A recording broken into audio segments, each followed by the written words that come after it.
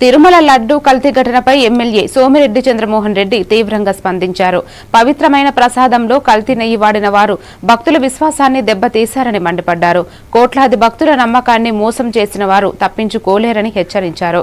వాస్తవాలను వక్రీకరించి ప్రచారం చేసే కొన్ని మీడియా సంస్థలను కూడా ఆయన దుయ్యబట్టారు. తిరుమల లడ్డూ కేవలం ఆహారం కాదు, అది భక్తుల ఆధ్యాత్మిక విశ్వాసానికి చిహ్నమని గుర్తు చేశారు. ఈ ఘటనపై ప్రభుత్వాన్ని తప్పుదోవ పట్టించే ప్రయత్నాలు అడ్డుకోవాలని కోరారు.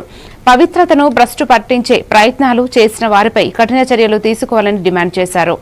కల్తీ నెయ్యితో తయారు చేసిన తిరుమల లడ్డు ఆ పవిత్రతను భ్రష్టు పట్టించిన వాళ్ళ పాపాలు ఇప్పుడు పండుతా ఉన్నాయి.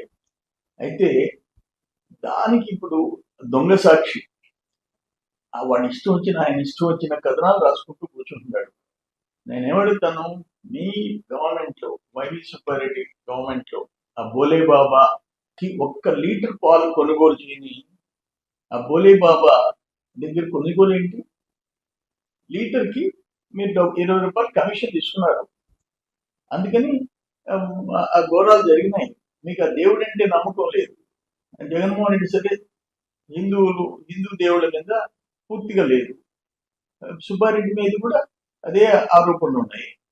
అందుకనే మీరు ఆ నెయ్యి ఆ లడ్డు మీద భ్రష్టు పట్టి చేసేసినారు. ఈరోజు సిబిఐ టీం ఎంక్వైరీలో మీ పాపాలు పండిపోతున్నాయి.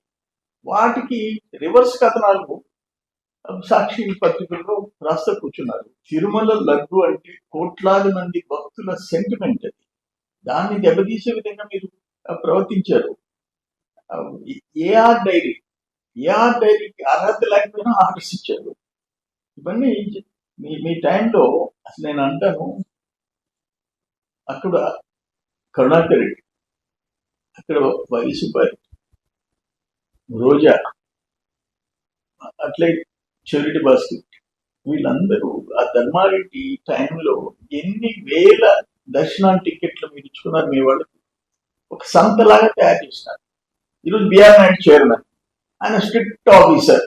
ఆయన కోట 50 లీటర్లో ఎంతో ఒక్కటి కూడా ఎక్స్ట్రా ఇయ్యనంటాడు. నా కోట సీనియర్స్ అడిగినా ఒక లెటర్ ఇచ్చేది కూడా ఆయనకి. అంటే అంత వెంకటేశ్వర స్వామికి అంకితం అయిపోయినాడు. ఈరోజు అక్కడ ఎక్కడ ఆరోపణ లేకుండా టీటీడీలో